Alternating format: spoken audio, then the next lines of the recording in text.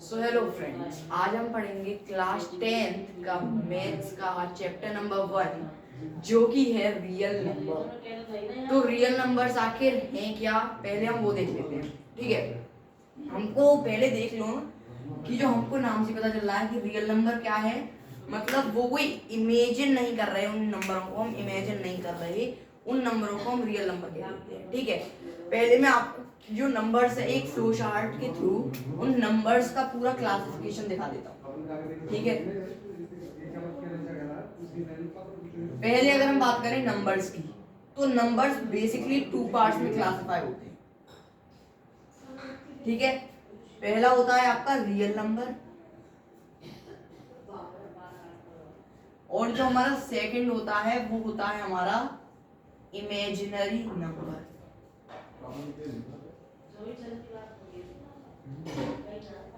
Okay, real number और imaginary number दो तरह के नंबर होते हैं। ठीक है, यहाँ पे हम कौन से टाइप के नंबरों की बात करेंगे, सिर्फ इमेजिनरी नंबर, वो रियल नंबर की तरह बात करेंगे। अब रियल नंबर देखें तो रियल नंबर भी दो तरह के होते हैं, रेशनल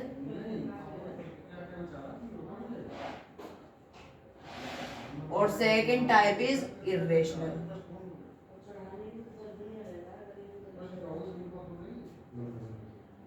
रेशनल के अंदर हमको बहुत सारे टाइप्स मिल जाते हैं, real, whole number, natural number, composite number, prime number, ये सब किसके अंदर आ जाते हैं, रेशनल नंबर के अंदर। ठीक है, इस तरीके का कुछ क्लासिफिकेशन होता है नंबर्स का। ठीक है, तो बेसिकली ये मेन कुछ स्टेप्स हैं, मैंने आपको ये बता दिए हैं। ठीक है, अब हम बात करेंगे मतलब किस तरीके के कितने टाइप के नंबर हम पढ़ने वाले हैं इस चैप्टर में। ठीक है, चलो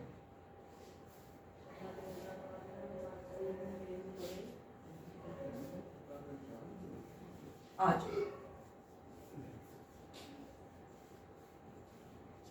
हाँ चलो देखो, यहाँ पे बेसिकली सबसे पहली तरीके के जो नंबर पढ़ेंगे ना वो होंगे हमारे नेचुरल नंबर, वो होंगे हमारे नेचुरल नंबर। ठीक है, तो नेचुरल नंबर होते क्या हैं?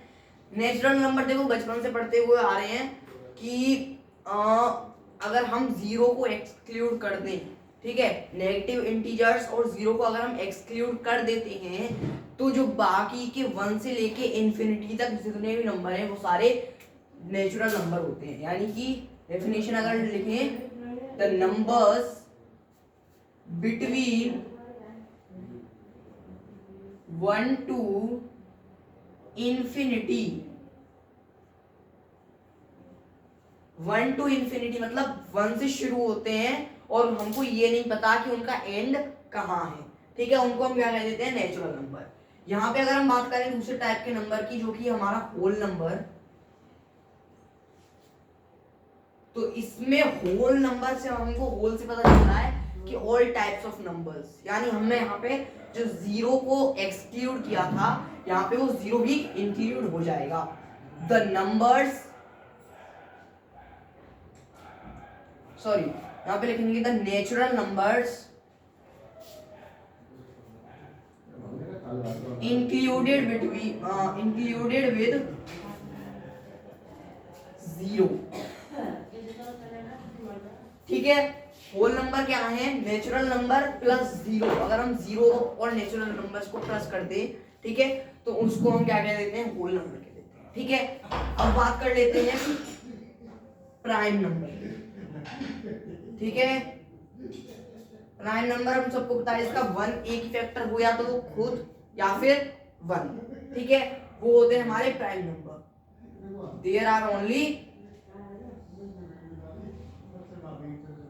2 factors,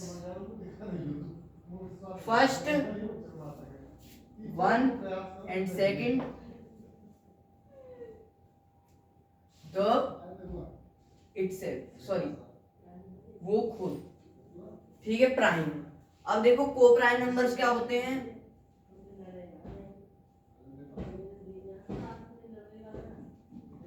को प्राइम नंबर कुछ भी मतलब आप मान लो, वो अगर आप दो प्राइम नंबर्स जो हैं उनके आप पेयर तो नहीं कह सकते। देखो जैसे आपने दो नंबर ले लिए, एक नंबर आपने ले लिया 2, एक नंबर आपने ले लिया 3, ठीक है, तो यहाँ पे आपको क्या दिख रहा है कि जो 2 और 3 है इनमें सिर्फ एक ही चीज कॉमन है, यानी एक ही फैक्टर इनका कॉमन है जो कि क्या है 1 है, जो कि क्या है 1, यानी इनमें सिर्फ 1 कॉमन है।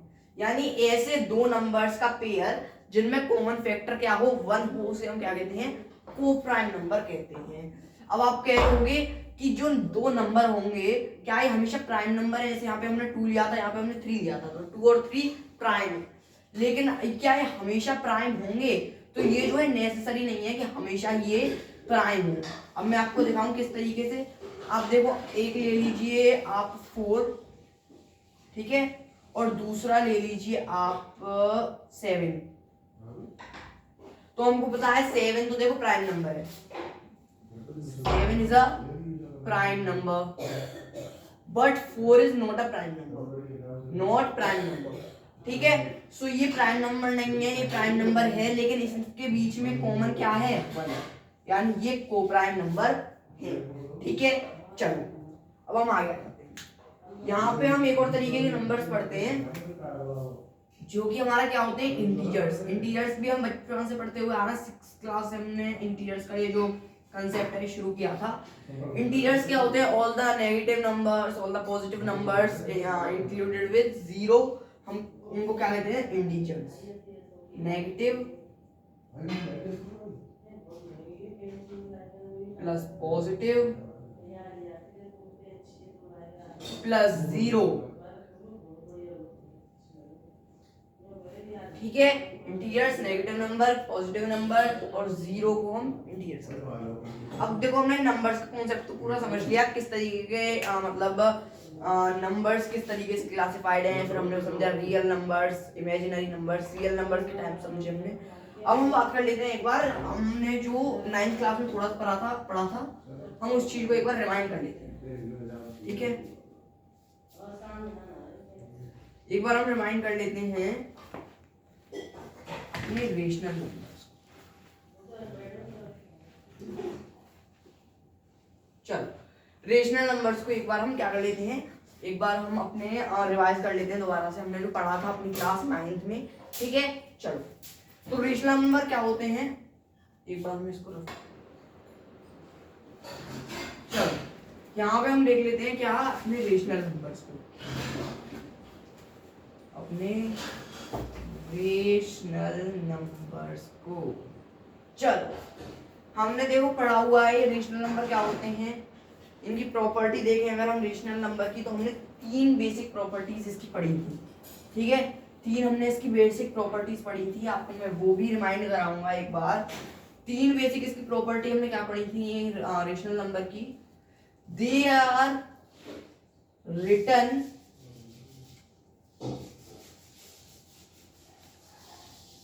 in the form of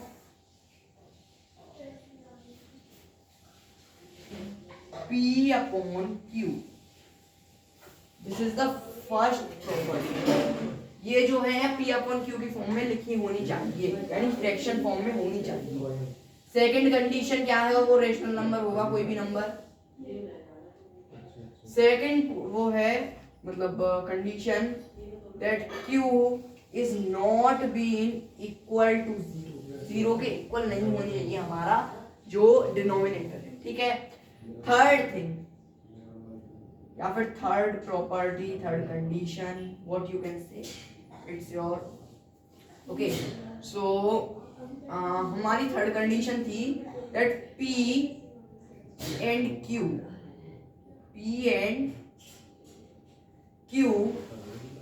are integers. P और Q जो है वो इंटीजर्स होने चाहिए, ये हमारी 3 बेसिक कंडीशंस थी इंटीजर्स की। ओके, इतना समझ में आया? चलो भाई अब हम आ जाते हैं आगे।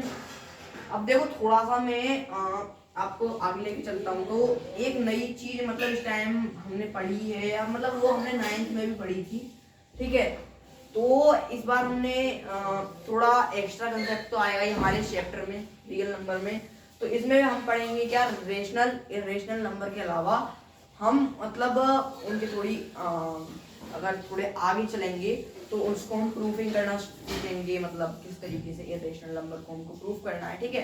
तो पहले हम उस चीज पर नहीं जाएंगे, ठीक है। पहले उसके अलावा हम रेशनल नंबर के अलावा इरेशनल नंबर में, इरेशनल नंबर,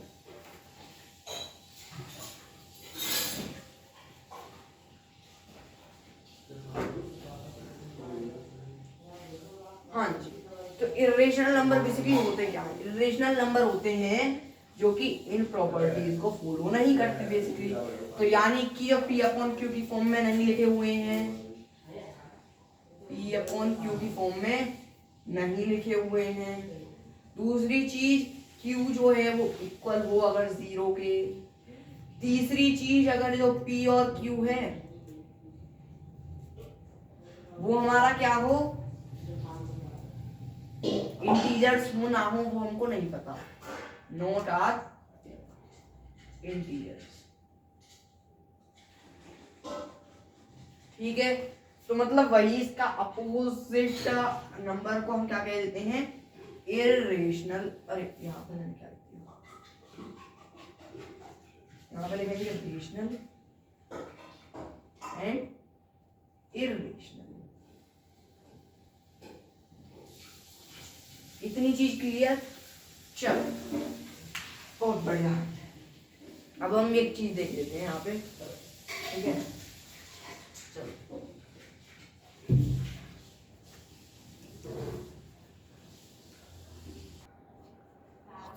हाँ चलो अब देखते हैं, ठीक है। अब बेसिकली हम क्या पढ़ने वाले हैं, सॉरी, अब हम पढ़ेंगे उसके बारे में। जो हमारा नेक्स्ट टॉपिक हम कवर करने वाले हैं वो है अपना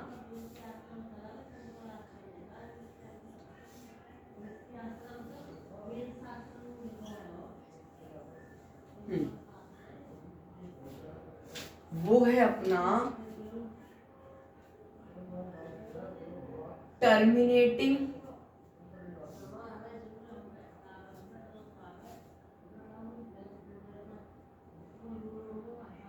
and terminating decimal and non terminating repeating decimal, non terminating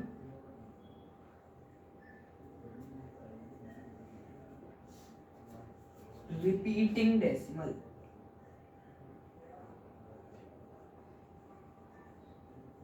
okay चलो, तो terminating decimal and non terminating repeating decimal के बारे में हम यहाँ पे डिस्कशन कर लेते हैं। तो टर्मिनेटिंग डेसिमल क्या होते हैं बेसिकली, पहले हम वो देख लेते हैं। अब देखो मैं आपको सबसे पहले एक एग्जांपल बताता हूँ इसका, ठीक है। एक हमारे पास एक रेशनल नंबर है 6/10, ओके। अब ये जो हमारे पास रेशनल नंबर है, इस रेशनल नंबर को अगर हमको कहा है कि इसकी वैल्यू निकालो, ठीक है, मतलब हमको इसको क्या करना है, डेसिमल फॉर्म में लेके आना है। यानी कि हम सिंपली इसको क्या करेंगे, डिवाइड करेंगे। हमको पता है अगर 10 है तो यहाँ पर पॉइंट लग जाएगा एक, तो ये क्या हो जाएगा 0.6 हो जाएगा, ठीक है। तो जब हमने इसको डिवाइड किया, मैं आपको डिवाइड करके भी दिखा देता हूँ, चलो 10 6 पॉइंट लगाया 0 6 60, ओके। दैट मीन इसका आंसर क्या है हमारा 0.6। यानी कि हमको पता है कि इसका जो लास्ट नंबर है, यानी जो लास्ट वैल्यू हमको निकाली है, हमारे पास आई है, वो क्या है, वो है हमारी 0.6। अंडरस्टूड? तो यहाँ पे देखना, हमको यहाँ पे ये तो पता चल गया कि इसकी वैल्यू क्या है, यानी हमको लास्ट वैल्यू इसकी पता चल गई, ठीक है। एंड की वैल्यू इसको पता चल गई। अब एक मैंने आपको दे दिया, मान लो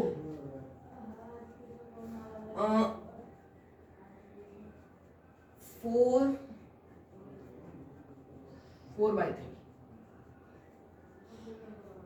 एक और, ठीक है। तो जब हमने इसको डिवाइड किया 3 को 4 से 1 3 1.03910। तो इस तरीके से हम क्या देख रहे हैं, यहां पे आप देखना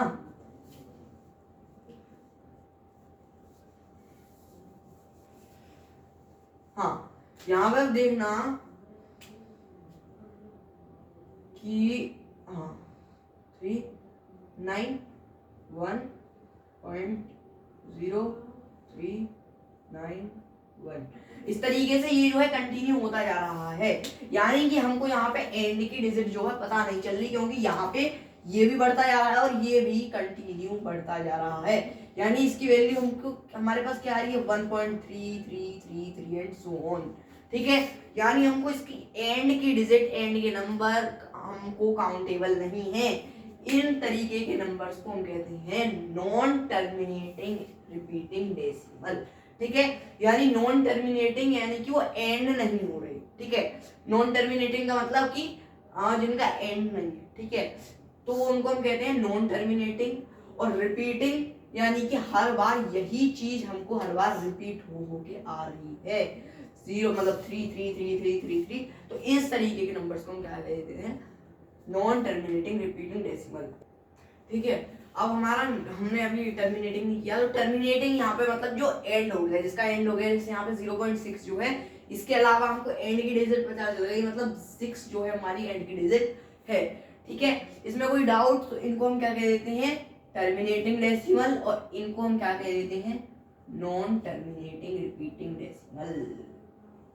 यहां तक समझ में आ गया? चलो भाई बहुत बढ़िया।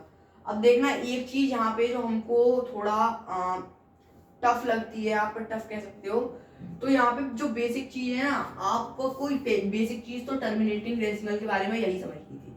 ठीक है, अब मैं आपको इसी चीज को एक बार थोड़े और एग्जांपल से दिखाता हूँ।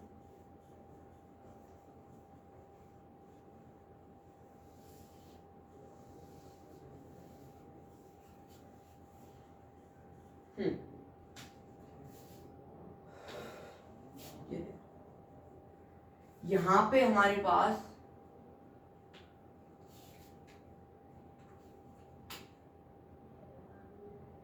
एक नंबर है, आप नंबर मान लो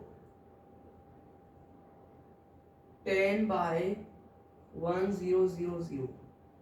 ठीक है, तो अब आपसे पूछे कि क्या ये टर्मिनेटिंग है या नॉन टर्मिनेटिंग है, तो बेसिकली ये तो देखो इजी हो गया आपके लिए। क्या आ गया इसका आंसर 0.001। हमको पता है एंड का नंबर आ गया, मतलब कि ये टर्मिनेटिंग डेसिमल है। ठीक है, यानी कि इस तरीके के आ सकते हैं, मे भी बहुत कम चांसेस है इस तरीके के क्वेश्चंस के आने के।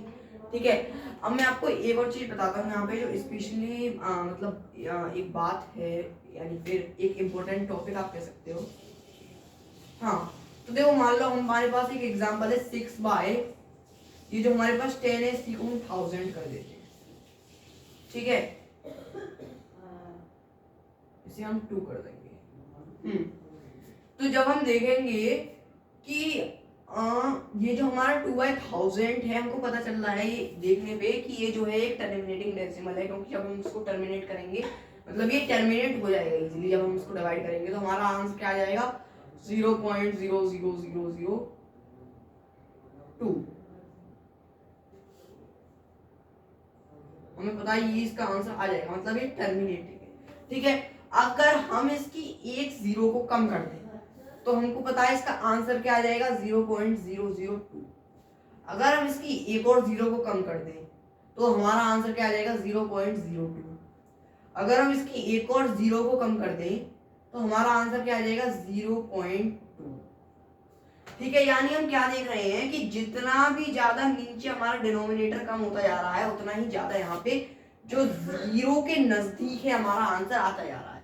0 के नजदीक कैसे आ रहा है? देखो, अगर आप कह रहे हो 99%, मैं आपको एक एग्जांपल बता रहा हूँ कि 0 के नजदीक कैसे 99।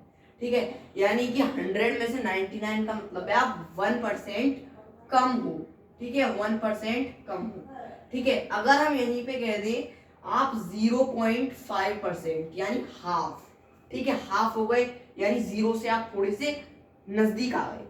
अब अगर हम इसको और कम कर दें 0.2 तो आप 0 के और नजदीक आ गए, और जब आप इसको 0.1 कर दो तो आप 0 के और नजदीक आ गए। और जहां जिस तरीके से हमने यहाँ पे 0.2 0.00002 किया है, यानी ये आप जीरो के बहुत ज्यादा नजदीक आ गए। यानी आप इसको क्या लिख सकते हो, आप इसको लिख सकते हो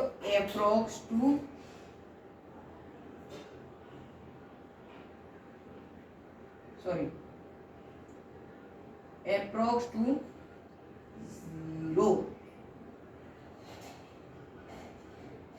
यानी जीरो के मतलब हमने पढ़ा है कि जैसे 99.9 है, ठीक है, तो आप उसको क्या लिख देते हो, 100 लिख देते हो डायरेक्ट। तो इस तरीके से यहाँ पे इसको क्या आप 0.0 मतलब इतना आप नजदीक आ गए, आप इसको क्या लिख सकते हो, जीरो के अप्रोक्स लिख सकते हो। चलो भाई अब आ जाते हैं।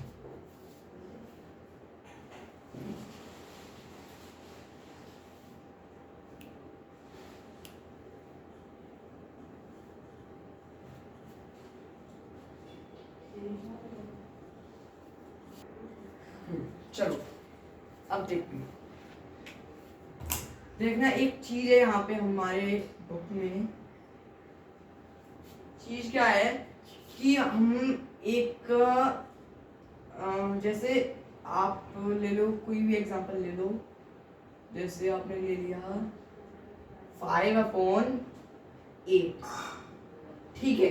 अब आपसे कहा है कि इसको बिना लॉन्ग डिवीजन मतलब आप डिवीजन के मेथड यूज किया, आपको बताना है कि क्या ये जो हमारा नंबर है ये टर्मिनेटिंग है या फिर नॉन टर्मिनेटिंग रिपीटिंग, ठीक है, हमको ये बताना है। तो आप क्या करोगे, ठीक है, तो यहाँ पे एक चीज समझने वाली होती है, इसमें हमको तीन चीज पढ़ते हैं, ठीक है। तीन में से पहली चीज क्या है, हम मतलब कैसे पता लगा सकते हैं बिना डिवीजन का मेथड यूज किए कि वो टर्मिनेटिंग है या नॉन टर्मिनेटिंग है, ठीक है।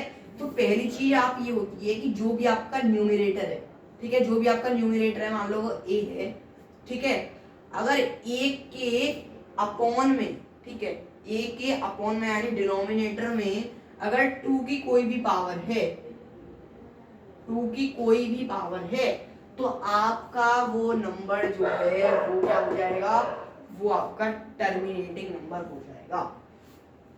दूसरी चीज ये है कि मान लो ए आपका कोई भी न्यूमरेटर है, उसके अपॉन में आपकी 5 की कोई भी पावर है, तो वो आपका नंबर क्या हो जाएगा, टर्मिनेटिव हो जाएगा।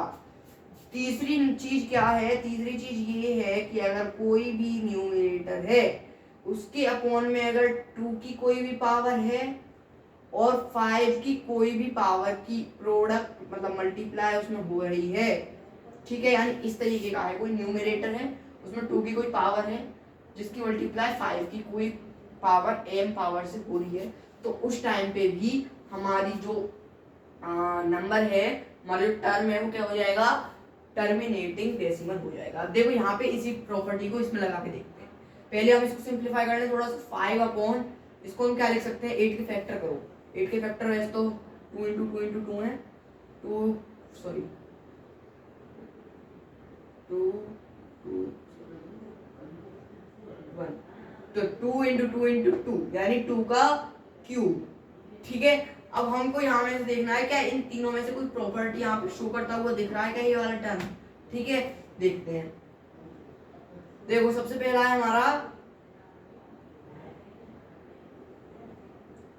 सबसे पहला है a upon 2 to the power n, a यानी कोई भी न्यूमरेटर है a, चलो भाई ये हमारा a हो गया, ठीक है। लेट्स सपोज ये है हमारा 2, यहाँ पे भी 2 है, यहाँ पे भी 2 है, 2 टू द पावर यानी यहाँ पे 2 है, 2 की कोई भी पावर है n, कोई भी पावर n यानी 3 है यहाँ पे, ठीक है, यानी ये वाली चीज इसको सेटिस्फाई कर रही है। इसका मतलब जो ये है हमारा ये टर्म है ये क्या हो जाएगा, टर्मिनेटिंग डेसिमल हो जाएगा।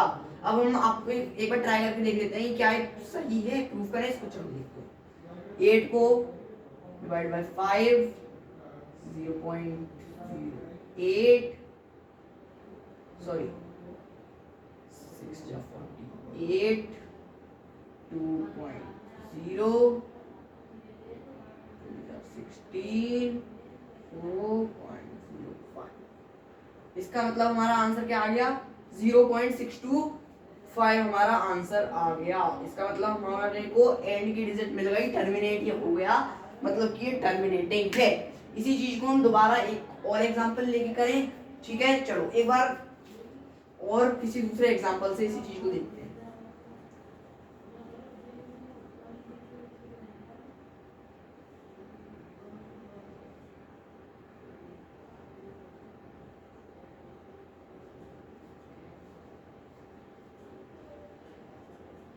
यहाँ पे हम एग्जांपल ले लेते हैं।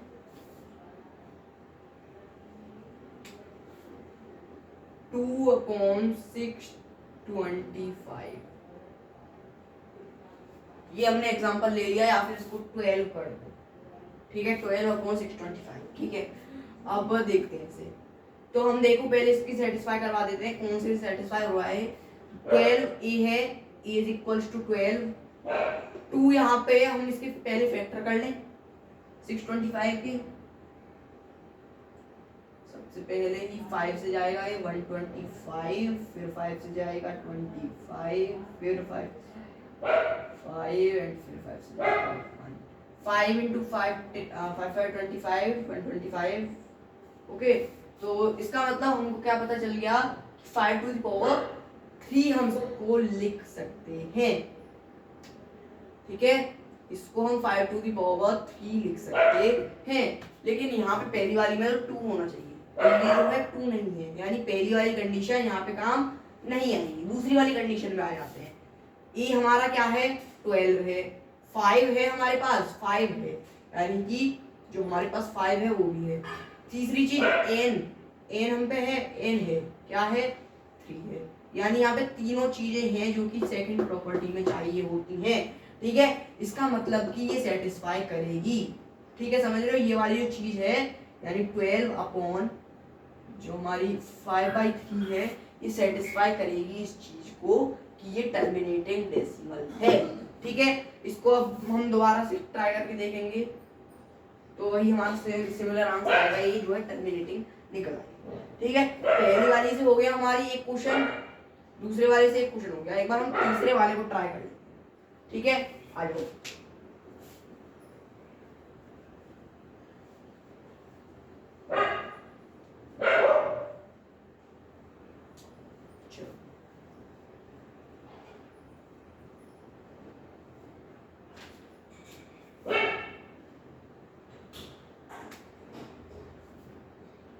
अब देखो इसको हम लिख लेते हैं, मान लो 13 अपॉन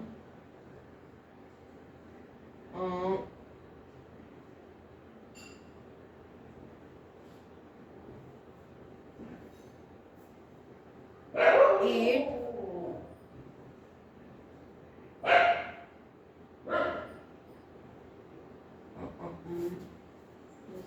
हाँ, हम इसको लिख लेते हैं 40,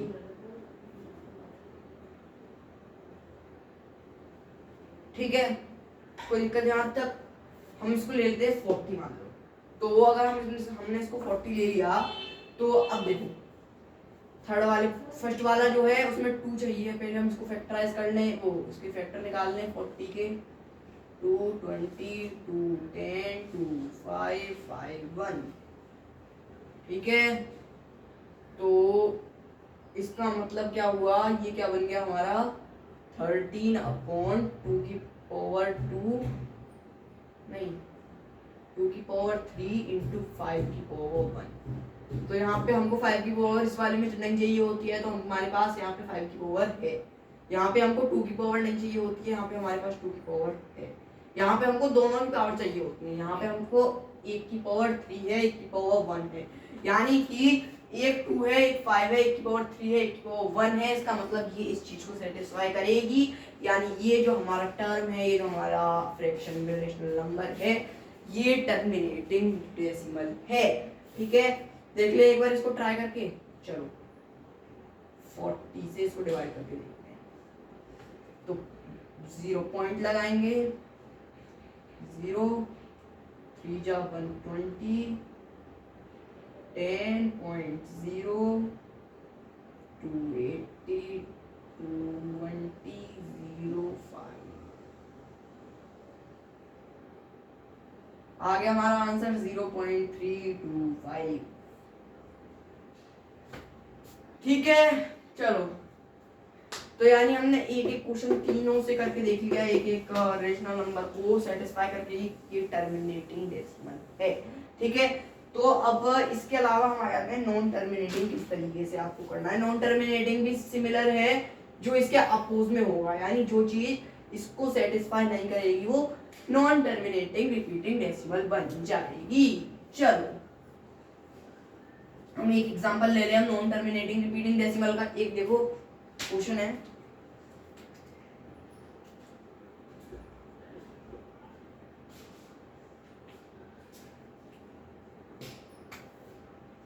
टेन अपॉन 429। ओके, 10 अपॉन 429, ये हमारे पास कोई क्वेश्चन है। ठीक है, इसके फैक्टर्स करें।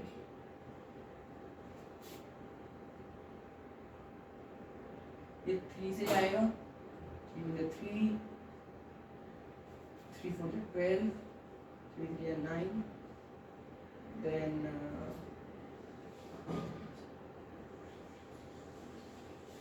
बेसिकली यही दो इसके फैक्टर्स हैं।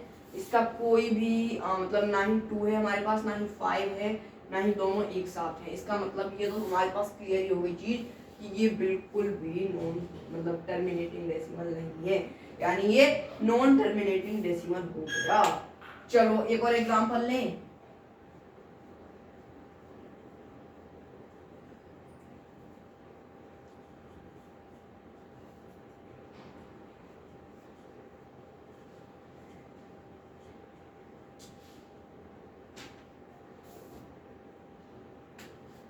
Thirteen upon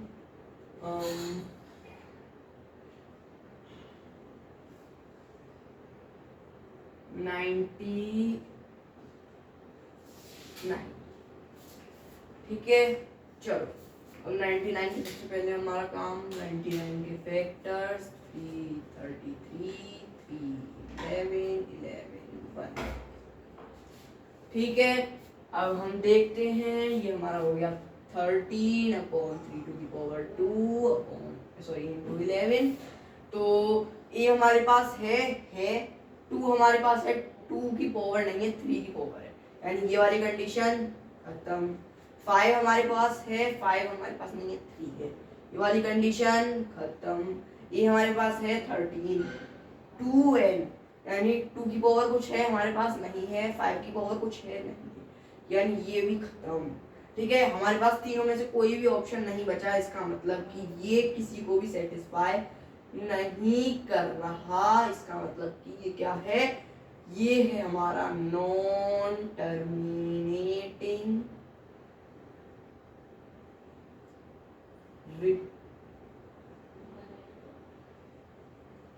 non terminating decimal.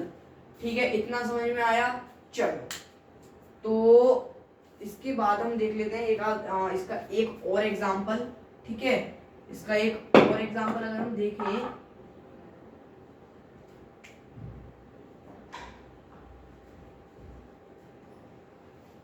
एक और एग्जांपल 19 अपॉन 81, हम एक और ही एग्जांपल ले लेते हैं। 19 हमारा ए हो गया, हम 81 को फैक्टर करते हैं, इसके ट्राई फैक्टराइजेशन 3 27 3 9 3 3 3 1। ठीक है, यानी हमारा क्या आ गया आंसर 3 टू द पावर 3। ठीक है, 3 टू द पावर 3 यानी 19 upon 3 to the power 3। Okay, चलो अब देखो इसकी सेटिस्फाई करवा देते हैं अगर। ठीक है, 19 अपॉन 3 टू द पावर 3, अच्छा ये 4 होगा, चलो 4। ठीक है, 3 टू द पावर 4। अब देखो ये हमारा 19 हो गया, हम पे 2 टू द पावर कुछ है, हम पे 3 टू द पावर तो 4 है लेकिन 2 नहीं है, चलो ये वाली कंडीशन बेकार। 5 टू द पावर कुछ है, 5 टू द पावर भी नहीं है, 3 टू द पावर है, चलो ये वाली कंडीशन भी बेकार। हमारे पास तीसरी है 2 टू द पावर कुछ या फिर 5 टू द पावर कुछ, ना ही हमारे पास 2 है ना ही हमारे पास 5 है, यानी कि ये नॉन टर्मिनेटिंग रिपीटिंग डेसिमल हो गया। ठीक है, ये समझ में आया, ये क्या हो गया नॉन टर्मिनेटिंग डेसिमल।